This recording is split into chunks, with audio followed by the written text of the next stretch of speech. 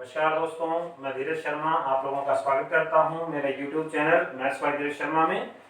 और last classes के अंदर हम लोग एलिगेशन के बहुत सारे कॉन्सेप्ट मैं आप लोगों को बता चुका हूं और एलिगेशन के बहुत सारे क्वेश्चंस हम लोग बता चुके हैं कि कौन कौन से टाइप के क्वेश्चन कौन कौन से टॉपिक में आप लोगों को मिलने वाले हैं। ये लगभग सारी चीजें हम लोग डिस्कस कर चुके हैं। आज हमारा एलिगेशन का लास्ट वीडियो है जिसमें कुछ मैं 3-4 आपको एक्स्ट्रा क्वेश्चन बताने वाला हूं जो किसी टॉपिक से रिलेटेड नहीं है, लेकिन एलिगेशन को यूज करके हम उनको सॉल्व कर सकते हैं। तो चलिए शुरुआत करते हैं आज की क्लास की।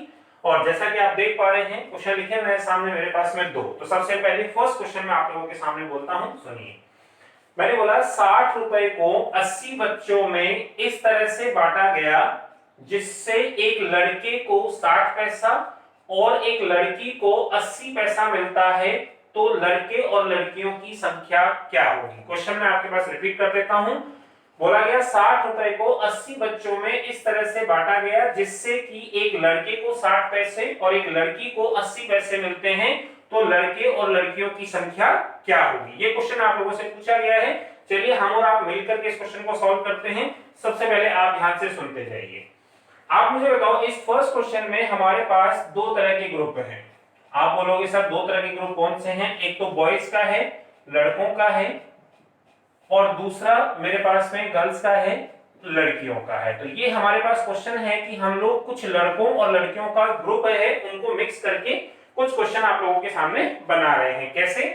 60 रुपए को 80 बच्चों में, तो क्या हम लोग ये कह सकते हैं भाई ये दोनों मिलकर के बॉयज और गर्ल्स, लड़के और लड़की मिलकर के कुल संख्या मेरे को क्वेश्चन में कितना दिया हुआ है? 80। अब आप देखो इन्होंने बोला 60 रुपए को 80 बच्चों में इस तरह से बांटा गया जिससे कि एक लड़के को 60 पैसा मिल जाए। तो मुझे बताओ लड़कों को मिलने वाला जो पैसा होगा वो होगा 60 पैसा। ठीक है। और क्वेश्चन ये कह रहा है कि एक लड़की को 80 पैसे मिल जाए, तो आप बोलोगे सर लड़की के सामने यहाँ पर 80 पैसे हमने लिख दिए क्योंकि क्वेश्चन हमें कह रहा है कि लड़की को कितना पैसा मिलना चाहिए? 80 पैसा। अब सुनिए, अब मैं ये कह रहा हूं कि लड़के और लड़कियों की संख्या। बड़ा मुझे बताइए ध्यान से कि एक लड़के को 60 पैसा मिला, एक लड़की को 80 पैसा मिला। यदि मैं इन दोनों के ग्रुप को मिला दूं, जितने भी लड़के हैं और जितने भी लड़कियां हैं उन सबको मैं मिला दूं, तो आप बोलोगे सर टोटल मिलाकर के संख्या हो जाएगी 80। और आप मुझे बताओ 80 बच्चों के अंदर मुझे कितने रुपए को बांटना है? 60 रुपए को बांटना है। तो आप मुझे बताओ यदि हम लोग 60 रुपए को 80 जनों में बांटें, 80 लोगों में बांटे, तो यदि मैं 60 रुपए में 80 को डिवाइड कर दूंगा तो मुझे एक बच्चे का एवरेज मिल जाएगा। आप लोग इस चीज को ध्यान रखें। आप मुझे बताओ यहां पर हमने पैसा लिया, यहां पर हमने पैसा लिया, तो यहां भी मुझे पैसा ही लिखना होगा। तो आप जब 80 में डिवाइड कर रहे हैं, जब 60 में आप 80 को डिवाइड कर रहे हैं, तो 60 रुपए की बजाय इसको आप लोग बना लें पैसा। और पैसा बनाने के लिए हम लोग क्या करेंगे भाई? 100 से मल्टीप्लाई करेंगे क्योंकि 1 रुपए में 100 पैसा आप लोगों को ध्यान होना चाहिए। यदि मैं इस लोगों को सोल्व कर देता हूं, यदि इसको भी मैं सोल्व कर दूं और सोल्व करने पर मेरे पास जो वैल्यू आएगा वो आएगा 75 पैसा। मतलब यदि मैं 60 रुपए को 80 बच्चों में बराबर बांटता हूं तो मुझे एक जने को कितना पैसा देना पड़ेगा? आप बोलोगे सर 75 पैसा देना होगा। तो बताओ एक लड़के को मिलने वाला एवरेज है 60, एक लड़की को मिलने वाला एवरेज है 80, लेकिन आप इन दोनों को मिला लो, लड़के और लड़कियों की ग्रुप को आपस में मिला लो, तो पूरे ग्रुप का जो एवरेज है वो कितना होगा? 75 पैसा होगा। तो यदि हम लोग यहाँ पर लिख दें 75 पैसा, उम्मीद करता हूं यहाँ तक की चीजें आप समझ पाए होंगे। मैं वापस आप लोगों को बता देता हूं।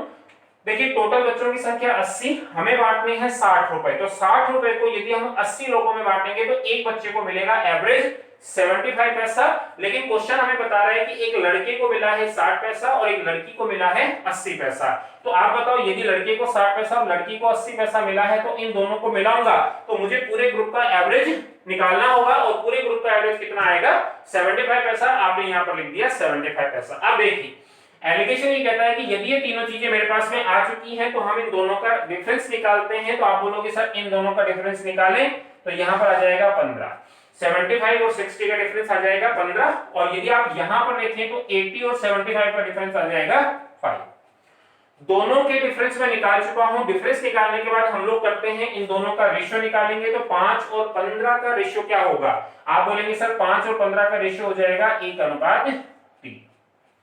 और आप मुझे बताओ हम लोग बहुत बार ये चीज रिपीट कर चुके हैं, मैं आपको बहुत बार ये चीज बोल चुका हूं कि ये अनुपात और मिलाए गए दोनों वेरिएबल की मात्राओं का अनुपात हमेशा समान होगा। मैंने बोला ये अनुपात और मिलाए गए दोनों वेरिएबल। यदि मैं आपसे पूछूं मिलाए गए दोनों वेरिएबल कौन से हैं, तो आप बोलोगे सर लड़कों की संख्या और लड़कियों की संख्या, जिसका टोटल वैल्यू हमें दिया हुआ है कितना, 80। इसका मतलब हमने लड़कों और लड़कियों को संख्या में किस अनुपात में मिला दिया है, आप बोलोगे सर लड़के को तो 1 भाग में मिला दिया और लड़कियों को हमने 3 भागों में मिला दिया। इसका मतलब ये हुआ कि 1:3 में मुझे किसे बांटना होगा, आप बोलोगे सर 80 को बांटना होगा, जिससे हमें लड़कों और लड़कियों की संख्या अलग अलग मिल जाएगी। तो यदि मैं 80 को 1:3 में बांटूंगा तो आप बोलोगे सर 80 4 भागों के बराबर होगा। 80 4 भागों के बराबर होगा तो 1 भाग का मान कितना होगा, 20 होगा। यदि 1 भाग का मान 20 है तो आप बोलोगे सर इस 1 भाग का मान 30 और इन 3 भागों का मान कितना आ जाएगा, आप बोलोगे सर 60। तो क्या हम लोग ये कह सकते हैं कि सर 20 तो कौन हो गए, आप बोलोगे सर 20 तो बॉयज हो गए, लड़के हो गए, और 60 कौन हो गई, गर्ल्स हो गई, लड़कियां हो गई। समझ पा रहे होंगे सभी लोग। आप जल्दी से इस क्वेश्चन को नोट करें, हम लोग एक और बार इसको रिपीट करेंगे, उसके बाद सेकंड क्वेश्चन जो लिखा हुआ है सामने इसको हम लोग सॉल्व करेंगे। आप जल्दी से इसे नोट करें।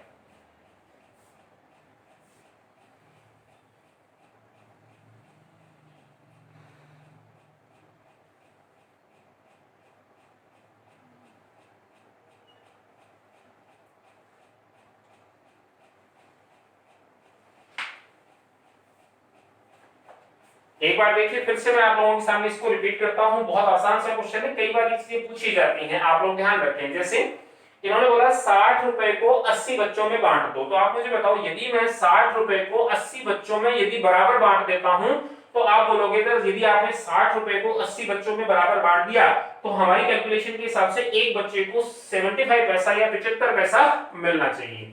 लेकिन क्वेश्चन ये कहता है कि जितने भी लड़के हैं उनका एवरेज है 60 और जितनी लड़कियां हैं उनका एवरेज है 80। तो आपने यहाँ पर लिख दिया भाई लड़कों की संख्या का एवरेज है 60 और लड़कियों का एवरेज है 80, और हमने कैलकुलेट करके निकाला कि इन दोनों का जो एवरेज होगा वो कितना होगा, 75 पैसा होगा। उसके बाद हम लोगों ने इनका रेशियो निकाला, अंतर निकाला, फिर रेशियो निकाला और उस रेशियो में हमने किसको बांट दिया, 80 को बांट दिया। 1:3 में यदि मैं 80 को बांटूंगा तो आपका आंसर हो जाएगा कि सर 20 और 60। तो 20 किसके साथ आएगा, बॉयज के साथ में। तो आप बोलोगे सर लड़कों की संख्या 20 होगी और लड़कियों की संख्या 60 होगी। उम्मीद करता हूं यहां तक चीजें आप समझ पाए होंगे। चलिए हम लोग शुरुआत करते हैं अगले क्वेश्चन की। समझते चलिएगा भाई, बहुत आसान सा क्वेश्चन है। सेकंड क्वेश्चन, मैं फर्स्ट वाले क्वेश्चन को यहां से हटा देता हूं भाई। सेकंड क्वेश्चन हम लोग शुरू करें और मैं चाहूंगा कि भाई मैं क्वेश्चन आप लोगों के सामने बोल रहा हूं, लेकिन मैं चाहूंगा कि आप इसे पहले ट्राई करके देखें। मुझे उम्मीद है कि आप लोग आंसर निकाल पाएंगे, तो उम्मीद पे कायम रहिएगा और आंसर दीजिएगा। क्वेश्चन है, मैं बोल देता हूं, लिखा हुआ है किसी परीक्षा में एक छात्र को सही उत्तर के 4 अंक और गलत उत्तर के -1 अंक मिलते हैं। यदि परीक्षा में कुल 200 प्रश्न हों और छात्र को कुल 500 अंक मिले हों तो सही और गलत क्वेश्चन की संख्या क्या होगी। मैं वापस एक बार क्वेश्चन रिपीट करता हूं। क्वेश्चन है किसी परीक्षा में एक छात्र को सही उत्तर के 4 अंक और गलत उत्तर के -1 अंक मिलते हैं। यदि परीक्षा के कुल 200 प्रश्न हों और छात्र को 500 अंक मिले हों तो सही और गलत क्वेश्चन की संख्या क्या होगी। आप लोग ट्राई करके देखें, मेरे हिसाब से आप कर पाएंगे। 5 से 10 सेकंड का क्वेश्चन होगा, आप जल्दी से इसको सॉल्व करके देखें।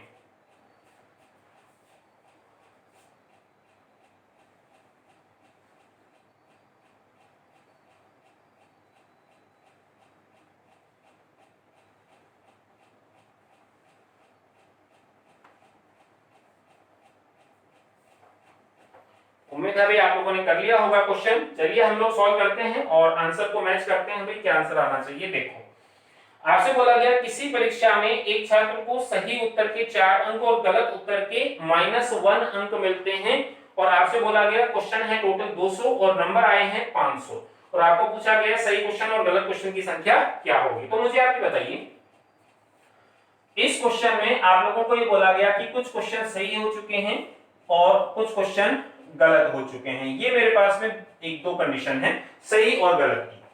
आपको बोला गया कि एक सही उत्तर के 4 अंक मिलेंगे। तो आप मुझे बताओ यदि एक सही अंक होगा तो आप बोलोगे सर 4 नंबर आ जाएंगे, लेकिन यदि एक गलत हो गया तो हमें -1 मिल जाएगा। अब आप देखिए मेरे पास में टोटल क्वेश्चन कितने हैं, मेरे पास में टोटल क्वेश्चन है 200 और टोटल नंबर है 500। देखिए यदि मैं आप लोगों को बोलूं कि जिस छात्र ने ये एग्जाम दिया है, यदि मैं आप लोगों से बोलूं कि उसके सभी 200 के 200 क्वेश्चन सही मान ले, यदि मैं ऐसा बोलूं कि जिस छात्र ने ये पेपर दिया है उस छात्र ने इन सभी 200 क्वेश्चन को सही कर दिया, तो आप बताओ यदि एक सही क्वेश्चन के 4 अंक मिलेंगे और उसमें सारे के सारे 200 क्वेश्चन यदि सही कर दिए तो आप बोलोगे सर उसके पास में टोटल अंक होने चाहिए कितने, 800। यदि सभी क्वेश्चन इसने सही कर दिए हैं और एक क्वेश्चन का 4 अंक नंबर मिल रहा है तो 200 क्वेश्चन का टोटल उसको 800 नंबर मिलना चाहिए। लेकिन ये कंडीशन कब है, जब हमने ये मान लिया कि उसके सभी क्वेश्चन सही हैं। सेकंड क्वेश्चन पे आइए, सेकंड कंडीशन पे आइए। यदि मैं आप लोगों से बोलूं कि हम लोग ऐसा मान लें कि उसके सारे ही क्वेश्चन गलत हो गए हैं, उसके सारे ही क्वेश्चन गलत हो जाएं, तो आप बताओ एक गलत क्वेश्चन का एक -1 मिलेगा, तो 200 क्वेश्चन यदि गलत हो जाएं तो आप बोलोगे सर उसको -200 नंबर मिलने चाहिए। समझ पा रहे हैं चीजों को? देखिए 200 क्वेश्चन टोटल है मेरे पास में, एक क्वेश्चन सही होगा 4 नंबर मिलेंगे और एक क्वेश्चन गलत होगा तो -1 मिलेगा। तो मैंने आपके सामने दो कंडीशन मानी, कौन सी? एक बार तो माना कि उसके सारे 200 क्वेश्चन सही मान लो, तो आप बताओ यदि सारे 200 क्वेश्चन सही होंगे और एक सही के नंबर 4 हैं तो टोटल नंबर आने चाहिए 800।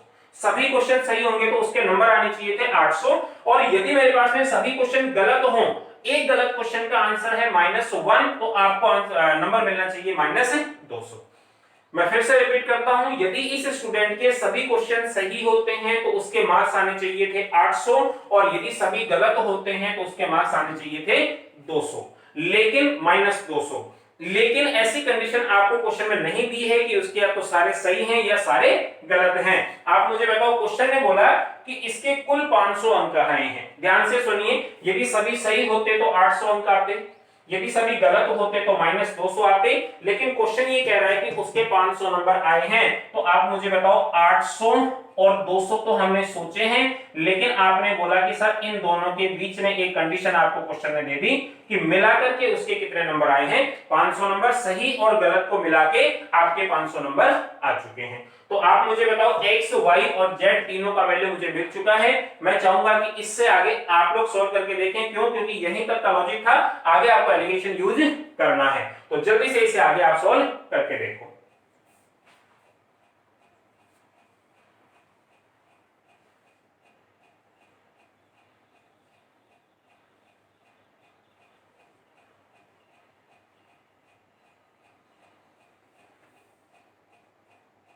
आंसर आ चुका होगा आप लोगों का, क्योंकि मैंने मेन क्वेश्चन का स्ट्रीम सॉल्व कर दिया है। बस आपको सिर्फ डिफरेंस लेना है और रेशियो निकालना और आंसर देना है। देखिए क्या होगा, आप मुझे बताओ यदि मैं इनका डिफरेंस निकालूंगा, तो याद करिए किसी वीडियो के अंदर हमने ये बोला था कि डिफरेंस निकालते समय यदि हम दो समान संख्याओं का डिफरेंस निकाल रहे हैं, समान संख्याओं का मतलब एक जैसी संख्या, एक जैसी संख्याओं का मतलब दोनों या तो प्लस की हो या दोनों माइनस की हो। ध्यान रखें, यहां पर दोनों संख्याएं प्लस की हैं, तो दोनों संख्याएं जब प्लस होती हैं, समान चिन्हों वाली होती हैं, तो उनका अंतर निकालने के लिए उनको अपन माइनस करते हैं।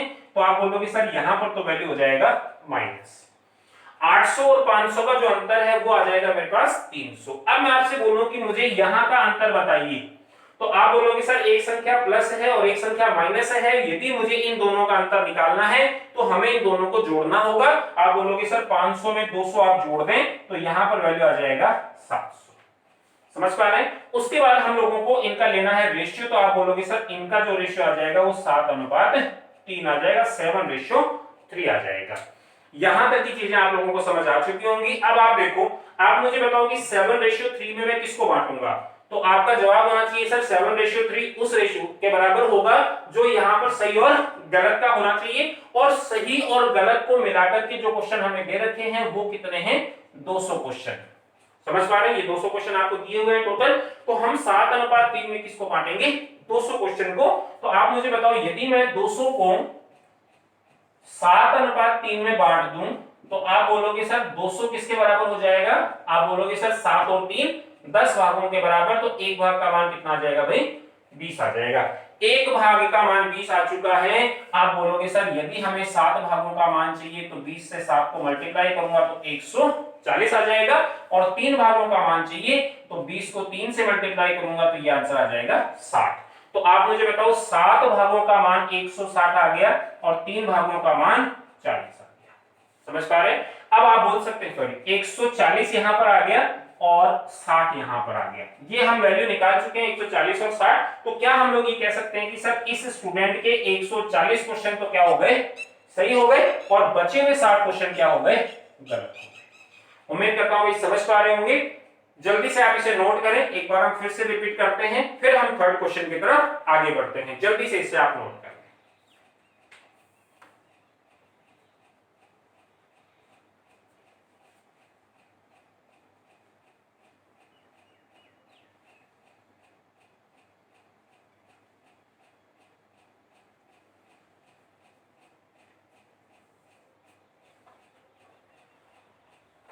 आज की क्लास का सेकंड क्वेश्चन मैंने आप लोगों के सामने लिख दिया है और ये क्वेश्चन बहुत बार एग्जाम से पूछा हुआ है कहीं, आप जरूर इस क्वेश्चन को ध्यान रखें। क्वेश्चन देखिए क्या था, वापस एक बार मैं बोल देता हूं। आपसे बोला गया किसी परीक्षा में एक छात्र को सही उत्तर यदि देगा तो उसको 4 नंबर मिलेंगे और गलत उत्तर देगा तो -1 मिलेगा।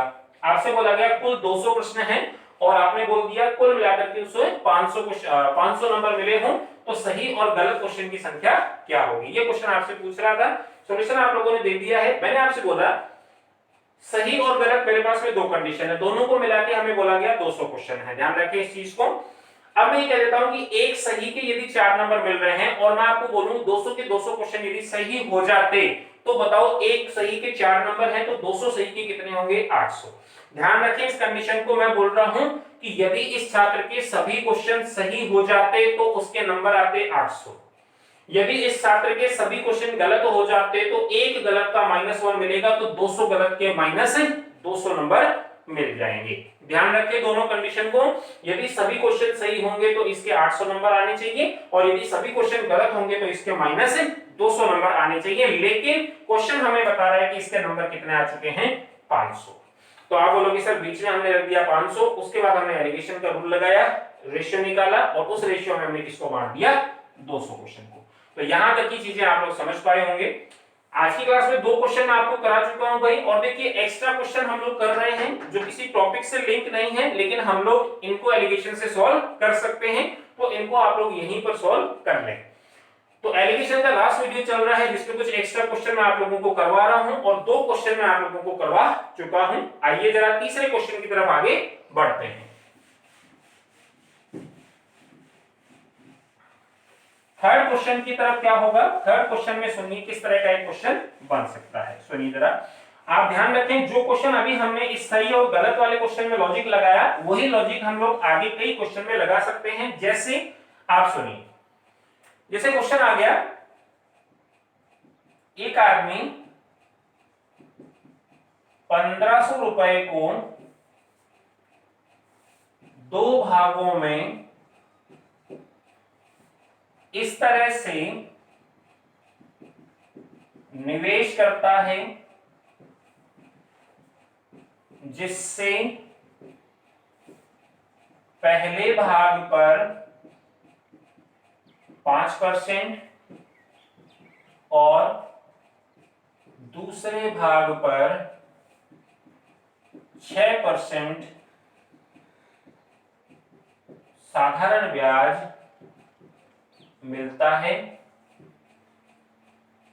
1 साल बाद उसे कुल 85 रुपए साधारण ब्याज के रूप में मिला हो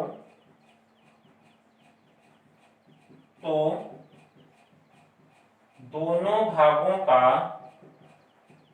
मान क्या होगा। ये क्वेश्चन आप लोगों के सामने लिख दिया गया है। देखिए क्वेश्चन बहुत बड़ा आपको दिख रहा होगा लेकिन क्वेश्चन बहुत इजी है। यदि आप लोग इसको अप्लाई करेंगे एलिगेशन को तो बहुत आसान आपको बना देगा। आप सुनिए कैसे। क्वेश्चन है, एक आदमी 1500 रुपए को 2 भागों में इस तरह से निवेश करता है जिससे पहले भाग पर 5% और दूसरे भाग पर 6% का साधारण ब्याज मिलता है। 1 साल बाद उसे कुल 85 रुपए यदि साधारण ब्याज के रूप में मिले हों तो दोनों भागों का मान क्या होगा। मैं आप लोगों को क्वेश्चन पहले समझा देता हूं और फिर आपसे उम्मीद करूंगा कि आप लोग इसको सॉल्व करके मुझे आंसर बताएं। क्वेश्चन ये है, जैसे मैंने आप लोगों से बोल दिया कि सपोज कर लो भाई आपके पास 1500 रुपए हैं और आपने बोला इनको दो भागों में आप इन्वेस्ट कर रहे हैं, निवेश कर रहे हैं।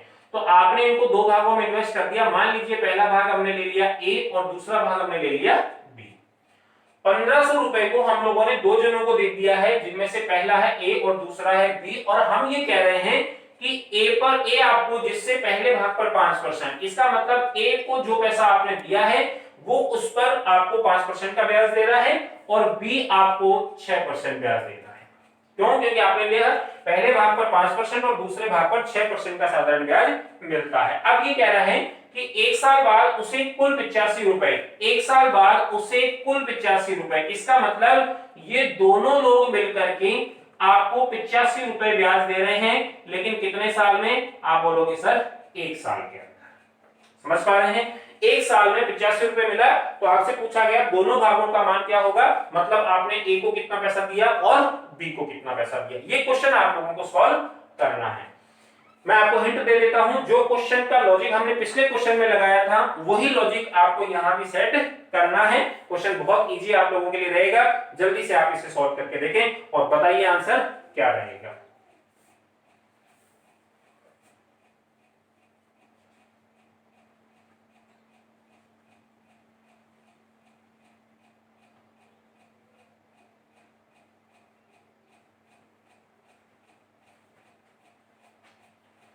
चलिए आंसर आप लोग मैच करें भाई, मैंने आप लोगों को समय दे दिया है। अब इस क्वेश्चन को हम लोग सॉल्व करते हैं। बड़ा इजी सा क्वेश्चन है भाई, कहीं कुछ नहीं है। देखिए पिछले क्वेश्चन को और इस क्वेश्चन को आपस में आप एक जैसा बना सकते हैं। कैसे? देखिए पिछले क्वेश्चन में 200 क्वेश्चन थे, यहां पर आपके पास 1500 रुपए है। ठीक है, पिछले क्वेश्चन में सही वाला आपको 4 नंबर दे रहा था, यहां पर एक जना आपको 5% दे रहा है। पिछले क्वेश्चन में एक को -1 दे रहा था, यहां पर दूसरा आपको 6% दे रहा है। क्वेश्चन बिल्कुल सेम सा है, कहीं कोई चेंज आपको करना नहीं है। वैसा का वैसा लॉजिक आप लोग यहां सेट कर सकते हैं। तो देखिए इसको मैं एक बार के लिए हटा देता हूं। अब सुनिए, मैंने आपको बोला कि दो लोगों को मुझे पैसा देना है, एक तो ए है और दूसरा बी है, और इन दोनों को मिला के मुझे 1500 रुपए देने हैं, जिनमें से कुछ पैसा आपने ए को दे दिया और जो बचा हुआ पैसा वो आपने बी को दे दिया। चलिए हम लोग इसको सॉल्व करते हैं। मैं आपको कह रहा हूं कि ए को जितना पैसा मिलेगा ए आपको उस पे 5% का ब्याज देगा और बी को जितना पैसा मिलेगा वो 6% का ब्याज देगा। लेकिन मैं आप लोगों को ये कहता हूं कि आप इस क्वेश्चन को दो भागों में बांट के मत करिए। मैं आपको इस तरह से बताता हूं, मैं ये कह दूं कि मैं पूरा का पूरा 1500 रुपए दो जनों को नहीं दे करके किसी एक को दे दूं। ठीक है, सुनना जरा, मैंने बोला कि पूरा 1500 रुपए यदि मैं ए को दे दूं तो ए आपको 5% ब्याज देगा, किसका? 1500 का। यदि मैं पूरा पैसा बी को दे दूं तो बी आपको 6% ब्याज देगा, लेकिन किसका? 1500 का। तो मैं ये बोल देता हूं कि यदि आपने पूरा पैसा ए को दे दिया, पूरा पैसा ए को दे दिया, तो क्या आपको ए 1500 का 5% ब्याज देगा? समझ पा रहे हैं? यदि पूरा पैसा 1500 रुपए आपने ए को दे दिया तो ए आपको 5% ब्याज देगा, किसका? 1500 का। तो यदि मैं 1500 का 5% निकालूंगा तो आप बोलोगे सर यदि इसको सॉल्व करेंगे तो ये वैल्यू आ जाएगा 75 रुपीस। इसका मतलब ये हो गया कि यदि हमने पूरा का पूरा 1500 रुपए ए को दे दिया तो ए हमें 75 रुपए ब्याज देगा, 75 रुपीस ब्याज देगा। लेकिन सोचिए यदि मैं बोल रहा हूं कि 1500 रुपए पूरा ए को दे दूंगा तो 75 रुपए ब्याज मिल जाएगा, लेकिन मैं ये भी बोलता हूं कि यदि मान लो पूरा 1500 रुपए मैं बी को दे दूं, भाई हमें दोनों कंडीशन लेनी है। पूरा पैसा ए को दे दिया, 75 रुपए ब्याज दे लिया। अब मैं बोलता हूं कि पूरा पैसा यदि आप बी को दे देते तो आपको बी कितना ब्याज देता? आप बोलोगे सर 1500 का 6% देगा। क्यों? क्योंकि इसका रेट आपको दिया हुआ है 6%। और यदि हम लोग 6% का वैल्यू सॉल्व करें तो ये आंसर आ जाना चाहिए 90। समझ पा रहे हैं? यहां तक मैंने आपको दो कंडीशन बताई है, कौन सी? या तो पूरा 1500 रुपए आप ए को दे दो या पूरा 1500 रुपए आप बी को दे दो। यदि 1500 रुपए आपने पूरा ए को दे दिया तो ए आपको 1500 का 5% मतलब 75 रुपीस मतलब 75 रुपए ब्याज आपको दे देगा। यदि आपने पूरा 1500 रुपए बी को दे दिया तो बी आपको 6% के हिसाब से 90 रुपए ब्याज दे देगा। फिर से सुनिए काम की चीज, यदि पूरा 1500 रुपए ए के पास जाएगा तो 75 रुपए मिलेगा, और पूरा 1500 रुपए बी के पास जाएगा तो 90 रुपए मिलेगा।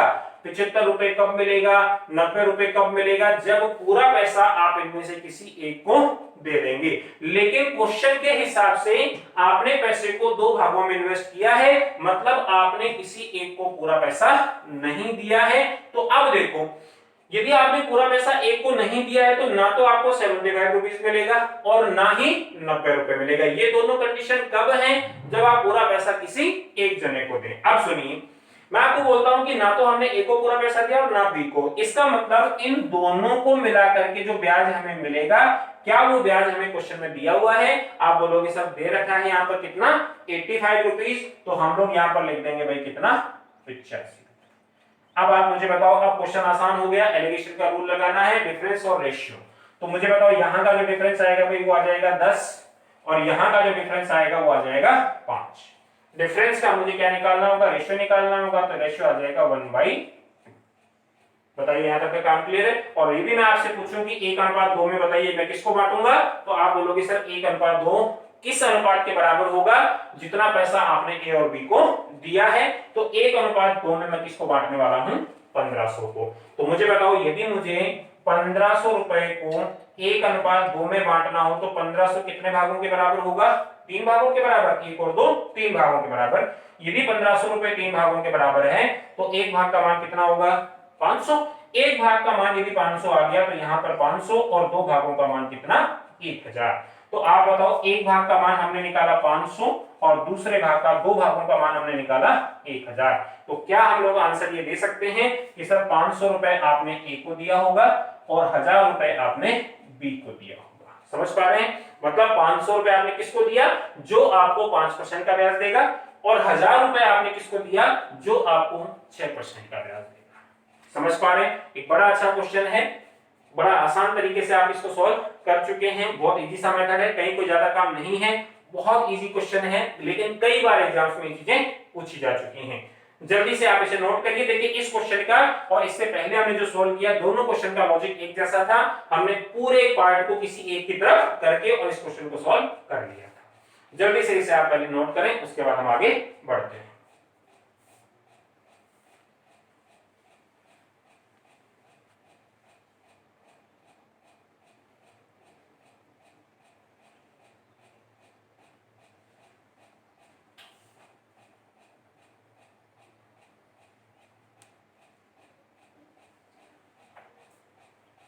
आज की क्लास में हम लोग 3 क्वेश्चन कर चुके हैं भाई, और जाते जाते छोटा सा क्वेश्चन मैं आप लोगों को और बताऊंगा।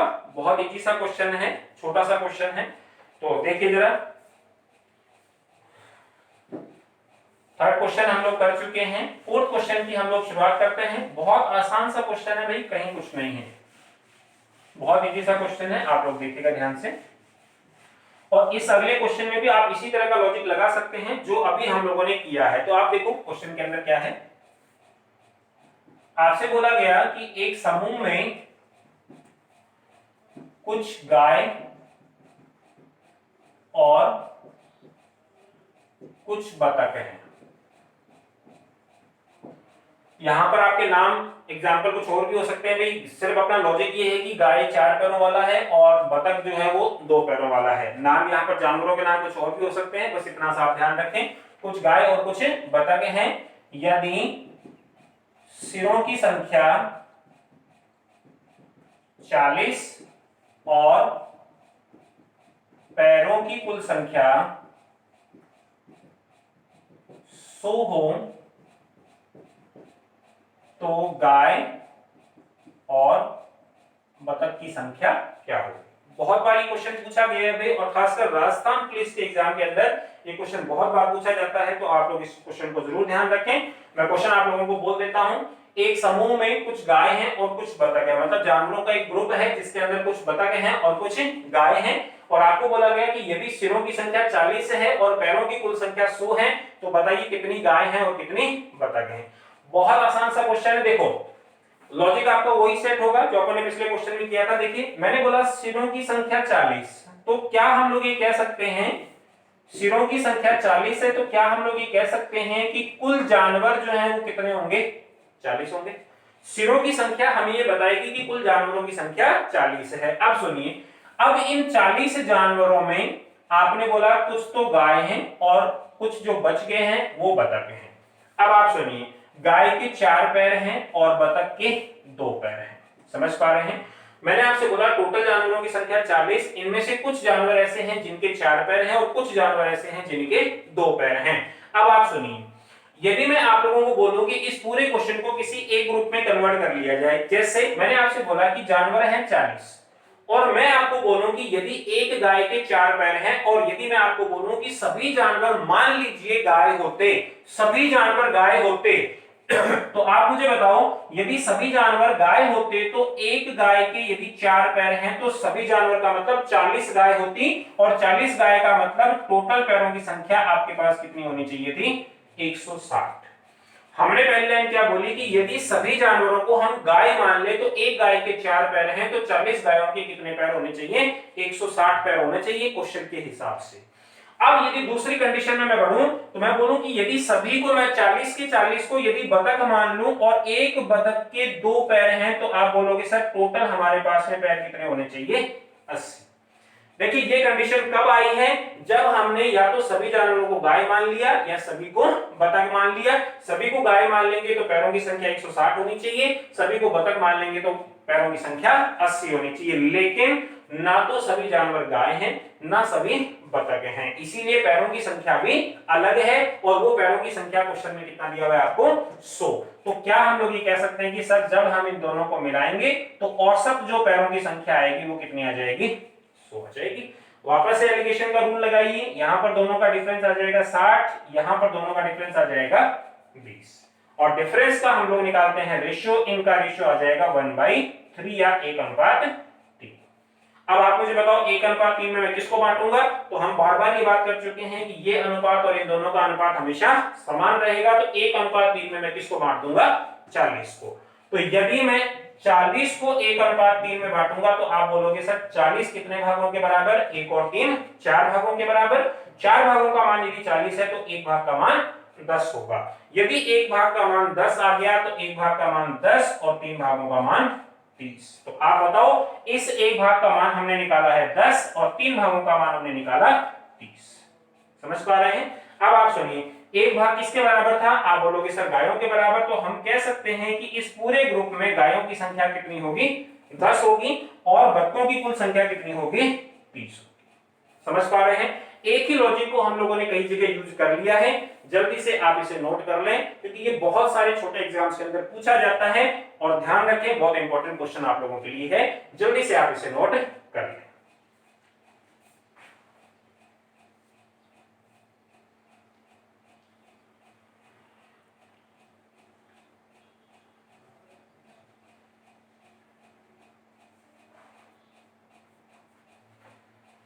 तो आज की क्लास में हम लोगों ने कुछ एक्स्ट्रा क्वेश्चन की स्टार्टिंग की थी भाई और 4-5 क्वेश्चन मैं आप लोगों को करा चुका हूं। एलोकेशन का लगभग कॉन्सेप्ट आप लोगों के पास में आ चुका है। आप लोग इस पूरे वीडियोस को ध्यान से देखें। एलोकेशन के हम लोगों ने करीब 14 वीडियो बना लिए हैं। तो यदि आप शुरू से देखते हुए आएंगे, हर चीज को समझते हुए आएंगे तो एलोकेशन का टॉपिक आपके लिए बहुत इजी होगा। और आप लोगों ने पिछले वीडियोस में देखा होगा कि एलोकेशन सभी अरिथमेटिक के टॉपिक में अपना कुछ ना कुछ रोल आपको जरूर दिखाता है। तो बहुत ही एक इंपॉर्टेंट टॉपिक था जो आप लोगों का मैं आज कंप्लीट कर रहा हूं। नेक्स्ट वीडियो जो भी आएंगे उससे हम नया टॉपिक शुरू करेंगे। तो तब तक के लिए आप लोग एलोकेशन को रिपीट करते जाइए, पढ़ते जाइए, इसको बिल्कुल अच्छे से तैयार करिए। तो दोस्तों आज के लिए इतना ही। उम्मीद करता हूं सभी चीजें आप लोगों को समझ आ गई होंगी। तो जाने से पहले एक बार फिर से बोलूंगा कि यदि एलोकेशन का वीडियोस आप लोगों को पसंद आ रहे हैं तो इसे लोगों तक पहुंचाएं और आप भी लाइक करें, लोगों को शेयर करें और चैनल को सब्सक्राइब करना ना भूलें। तो ध्यान रखें भाई, एलोकेशन कंप्लीट हो चुका है। तो दोस्तों आज के लिए इतना ही। Thank you so much.